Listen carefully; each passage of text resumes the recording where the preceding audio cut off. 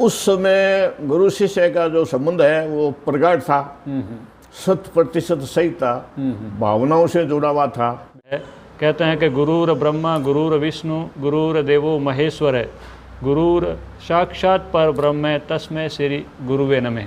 तो आज इसी कड़ी में हम मिलते हैं आसोप के रहने वाले शिक्षक महोदय श्रीमान गौतम जी देवड़ा से और उनसे बात करेंगे कि उनके सर्विस काल में उन्हें क्या क्या अनुभव हुए। तो सर्वप्रथम नमस्कार हमारे दर्शकों की ओर से देवड़ा साहब आपको। नमस्कार। तो हमें ये बताइए सर, आप मूलतः किस गांव के रहने वाले हैं? मैं मूलतः ताउसर जिला नागौर का रहने वाला हूँ। तो सर आपकी जो शिक्षा है वो कहाँ से हुई, एलिमेंट्री प्रारंभिक शिक्षा? हाँ, प्राइमरी शिक्षा ताउसर से ही हुई। ताउसर से हुई। प्राइमरी स्कूल थी उस समय। तो उस समय शिक्षा का माहौल तो बिल्कुल कम था, फिर भी आपको पढ़ने का मौका मिला उस समय? जी हाँ।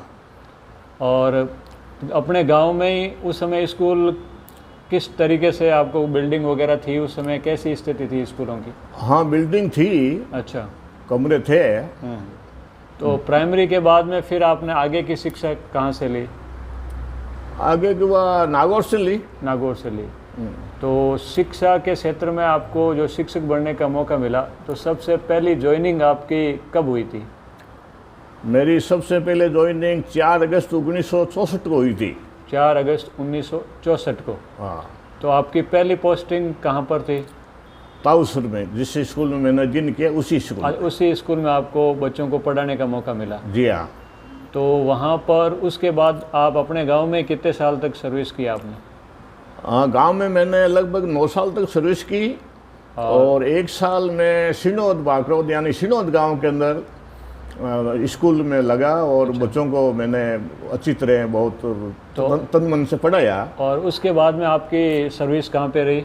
हाँ, उसके बाद में कुछ टाइम के लिए 2-4 दिन के लिए मुझे अमरपुरा, अच्छा, लक्ष्मीदास जी महाराज के वहाँ गांव है, हाँ। उस प्राइमरी स्कूल में लगा यार। उसके बाद में हमारा जो है ट्रेनिंग का आदेश आ गया यार, फिर विद्याशाला जोधपुर में मैं रहा और ट्रेंड हुआ। तो आपकी जो पहली ज्वाइनिंग तृतीय श्रेणी शिक्षक के रूप में हुई, तो उस समय 3rd ग्रेड टीचर के लिए क्या योग्यता होती थी? पढ़ाई कितनी जरूरत होती थी उसमें? 3rd ग्रेड के लिए सिर्फ मैट्रिक होना ही जरूरी था। मैट्रिक यानी 10वीं पास? जी हाँ। और आपने उस समय 10वीं पास कर ली? 10वीं पास की थी मैंने। तो उस समय भर्ती का जो माध्यम क्या होता था, जिला परिषद या और कोई? हाँ, उस समय भर्ती का माध्यम जिला परिषद था। अच्छा। और मेरा अपॉइंटमेंट भी श्रीमान सरू के श्री लिक्ष्मी राम जी धंधाना वाले, अच्छा, चौधरी साहब ने मेरा अपॉइंटमेंट किया, उन्होंने मुझे रोटी दी। तो पहली बार जब आपकी पोस्टिंग हुई तो आपको भी सरकारी नौकरी में शिक्षक के रूप में बड़ा अच्छा लगा होगा पढ़ाते वक्त? हाँ जी। तो उस समय बहुत ही ज़्यादा उल्लास था, उत्साह बहुत ज़्यादा था पढ़ाने का? उत्साह था, जिज्ञासा थी। और आपकी पहली पोस्टिंग में उस समय आपको वेतन के रूप में कितना पैसा मिला? सब सिर्फ 65 रुपये, 65 ओनली। आपकी पहली सैलरी 65 रुपये थी? जी हाँ। तो उस समय 65 रुपये भी काफ़ी होते थे। जब आप अपनी सैलरी आपने घर वालों को दी होगी तो उन्होंने इसके बारे में कुछ कहा नहीं, कितने पैसे वगैरह? हाँ, उस समय पैसों की बहुत वैल्यू थी। अच्छा। आज जो खाने के गेहूँ जिसको हम कणक बोलते हैं, हाँ, वो 1 रुपये की 2.5 किलो मिलती थी। अच्छा। और जिसको हम देसी घी बोलते हैं, हमारे घर का बिलोना करके घी बोलो करके बेचते हैं, हाँ, उसकी कीमत सिर्फ 5 रुपये किलो थी। 5 रुपये किलो थी। और सोना की मोहर की कीमत तो 80 रुपये थी। तो उस समय 65 रुपये भी काफ़ी मायना रखता था? काफ़ी मायने रखता था। तो आपने उसके अलावा और भी कई स्कूलों में सेवाएं दी है उसके बाद में? हाँ, उसके बाद में 1 वर्ष के लिए, 1 सेशन के लिए मैंने सिनोद सेवाएं दी। ठीक है। उसके बाद में मैं अमरपुर लेकर के फिर प्रशिक्षण में चला गया विद्याशाला जोधपुर। उसके बाद में फिर आकर के मैंने श्री बालाजी आगे खारिया गांव की डांगियाँ है, वहाँ 4 महीना रह करके फिर मैं वापस ताउसर लग गया और मेरे गांव में सर्विस की। और उसके बाद में 4 साल में 88 गांव है मेरे ग्राम पंचायत गांव के पास में ही। अपन अजमेर रोड मुंडवा से जाते हैं नागौर तो लास्ट गांव आता है 88। और स्कूल सड़क के ऊपर ही है। प्राइमरी स्कूल थी उस समय, आज वो मिडिल स्कूल है। वहाँ मैंने 4 साल सेवा दे करके और उसके पश्चात फिर जिला ट्रांसफ़र करा करके जयपुर जा करके भोपालगढ़ पंचायत समिति में जिला जोधपुर में ट्रांसफ़र करा करके और आसो में मैंने अपॉइंटमेंट लिया। तो आसपास के और भी गांव में आपकी सेवाएं आसोब के अलावा रही है? हाँ जी, रही है। 2 साल के लिए मैंने कुमारा सेवाएं दी। अच्छा। वहाँ के बच्चों को मैंने पढ़ाया कुमारा को। और उसके बाद में 4 साल कुकड़वा के लिए सेवाएं दी।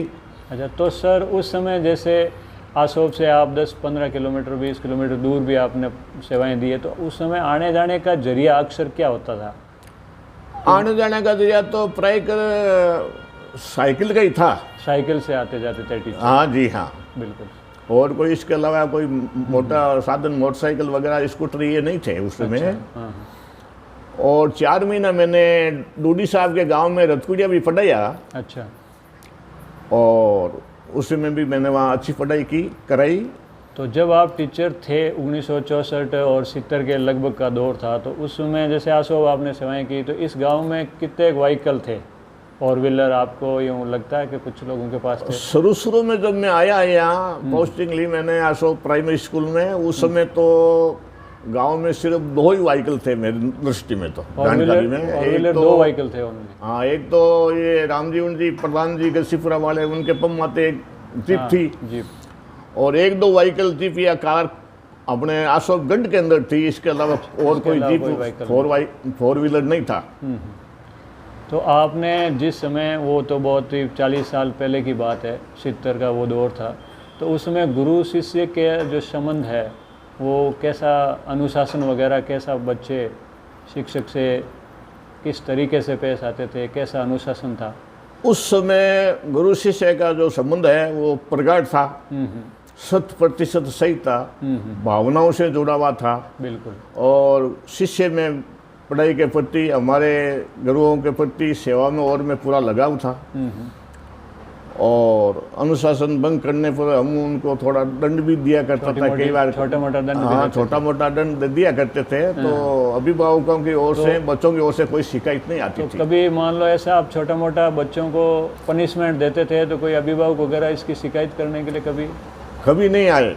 कभी नहीं आते थे? हाँ, हमारे जीवन में कभी नहीं आए जब तक हम रिटायरमेंट हुए। ऐसा अभी पहले वाले बच्चे बताते हैं कि भाई जब उस समय जो शिक्षक होते थे उनसे बच्चे उनका बहुत मान सम्मान करते थे, घर में जा कर के उनके जहाँ रहते थे काम धंधा करना, उनकी सेवाएं करना। क्या ये सही बात है? हाँ बिल्कुल। जो हमारे प्राइमरी के जो सीनियर क्लास है 5वीं, उसके बच्चे 2-4 बच्चों को हम जब कभी भी बुला देते हैं घर के काम के लिए, तो वो सेवाएं देते आते। हाँ। तो उनका कहने का मतलब है एक सेवा भाव था अपने टीचर के प्रति, बहुत ही ज़्यादा सम्मान और सेवा भाव था। बिल्कुल, सब सेवा भाव, सम्मान और रिश्ता गुरु शिष्य का। तो उस समय जैसे स्कूलों में बिल्डिंग भी पर्याप्त होते नहीं थे, कई संसाधनों की भी कमी होती थी, तो ये कमी, इस कमी के बावजूद भी कभी आपको लगता है कि भाई उस समय बहुत ज़्यादा कमी थी? आज के और उसके ज़माने में बहुत अंतर था। आज बहुत ज़्यादा सुविधाएं बच्चों को मिल रही है। हाँ, हर गांव में, हर स्कूल में उस समय कमियाँ ही थी। अच्छा। पर्याप्त बिल्डिंग वगैरह स्कूल के नहीं थे।